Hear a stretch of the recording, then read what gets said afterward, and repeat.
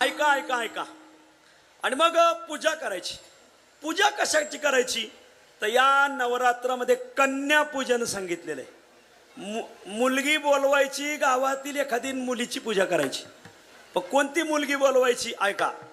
पहिल्या माळीपासून 9व्या माळीपर्यंत 9 मुली बोलवायच्या. रोज एक मुलगी बनवायची. पहिल्या माळीला 2 वर्षाची मुलगी बोलवायची, तिची पूजा करायची. दुसऱ्या माळीला 3 वर्षाची, 1 वर्षाने वाढ अवधारायची.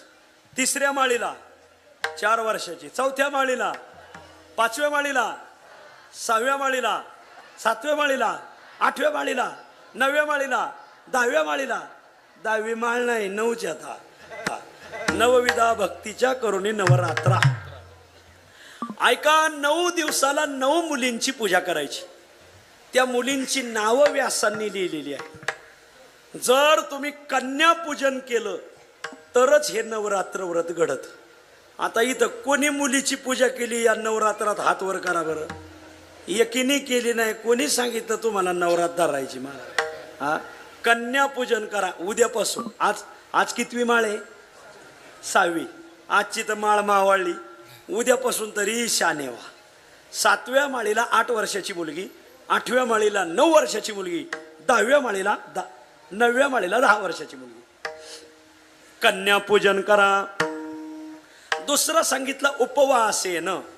हे व्रत करत असताना उपवास धरायचा. नवरात्रात उपवास बरेच जण करतात. तर पहिल्या माळीपासून 9व्या माळीपर्यंत घास खात नाही, त्यालाच नवरात्र घडते महाराज. व्रताचं 3 अंग आहे. उपवास 3 अंगाने करायचा. एक, पहिल्या माळीपासून 9व्या माळीपर्यंत घास खायचा नाही.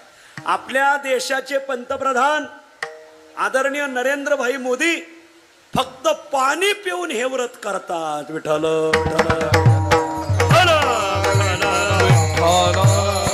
फार महत्वाचं व्रत आहे. म्हणून उपवास पहिल्या माळीपासून 9व्या माळीपर्यंत उपवास करा. मग तुम्ही म्हणाल आम्हाला 9 दिवस उपवास धरणं होणार नाही. मग याच्यात दुसरा विकल्प आहे. पुढे 2 विकल्प आहेत अजून. नक्त भोजनेनं. नक्त म्हणजे रात्र. दिवसभर उपवास करायचा आणि रात्री हा उपवास सोडायचा. जसा सोमवार धरतोत ना आपण, तसा हा उपवास. रात्री जेवलं तरी या उपवासाला चालतं. व्यासांचं मत हे, माझं पदरचं नाही. रात्री उपवास सोडा. कोणी म्हणाल रात्री होईपर्यंत आम्हाला दम धरवत नाही. कसं नुसं होतंय, उमाऱ्या घामाऱ्या येतात, उचलू उचलू फेकीत आहे. त्याला उत्तर दिलंय दिवा भोजनेनं. दिवसा हा उपवास सोडा आणि संध्याकाळी एखादं फळ खा, किंवा सकाळी फळ खा, दुपारी सोडा, संध्याकाळी फळ खा. हा उपवास घडतो. मी सध्या नवरात्र अशी धरलेली आहे कारण मी व्यासांचं वाचलेलं आहे. व्यास काय सांगतात ते बघा. खाल्ल्याळीच्या आणसाबाईने काय सांगितलंय हे नका बघू. काय तुम्हाला माहित नाही काय नाही. आज तुम्ही व्यासांची नवरात्र ऐका. एक तर उपवास पहिल्या माळीपासून 9व्या माळीपर्यंत.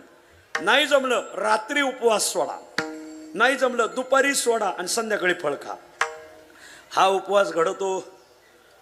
पुन्हा त्याच्यात एक विकल्प आहे. उपवासे तू अशक्तानाम. ज्याला 9 दिवस उपवास धरणं होत नाही त्याने या नवरात्रातले 3च दिवस उपवास करा. पण कोणते 3 दिवस? 7वी माळ, 8वी माळ आणि 9वी माळ. ह्या नवरात्रातल्या ह्या 3 माळी फार महत्वाच्या आहेत. हे 3 दिवस. उद्या 7वी माळ आहे, ज्याने 9 दिवस धरला नाही त्याने एवढे 3 दिवस करा. कोणी म्हणाल महाराज 3 दिवस उपवास लय होतोय हो. तिघाचं सरकार टिकाना तर 3 दिवसाचा उपवास कधी टिकायचा? तर याचं उत्तर असं आहे की नाही तुम्हाला 3 दिवस धरता आला तर व्यासांनी आणखीन सवड दिली. निदान 1 दिवस धरा. कोणती? अष्टमी, जी परवा आलेली. या 9 दिवसात 3 दिवस महत्वाचे. सप्तमी, अष्टमी, नवमी. म्हणजे 7वी माळ, 8वी माळ, 9वी माळ फार महत्वाची. आणि या 3ही माळीमध्ये महत्वाचा दिवस म्हणजे 8वी माळ. दक्ष यज्ञाचा विघात करणारी दुर्गा या अष्टमीला प्रगट झालेली. म्हणून परवा जी अष्टमी येणारी या अष्टमीला दुर्गाष्टमी म्हणतात. लय अष्टमी आता. गोकुळाष्टमी वेगळी, राधाष्टमी वेगळी, गोपाष्टमी वेगळी, कालभैरवनाथ अष्टमी वेगळी, आणि ही दुर्गाष्टमी आता आलेली. म्हणून अष्टमीच्या दिवशी तरी पुरुषांनाही विनंती, आणि महिलांना विनंती की उपवास करा. विठ्ठल विठ्ठल हर हर. आता उपवासाचे प्रकरण ऐकलं, पण तिथं मात्र व्यासांनी भेंड्या खा, चक्की खा, भोपळा खा असं अक्षर सुद्धा लिहिलेलं नाही.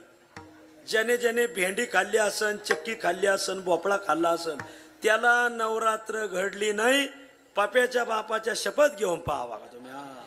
त्याला नवरात्र घडणार नाही का? तिथं लिहिलंच नाही. काय मजा आहे महाराज. जसं लिहिलंय तसंच केलं पाहिजे महाराज. घटनेप्रमाणे माणसाने वागलं पाहिजे.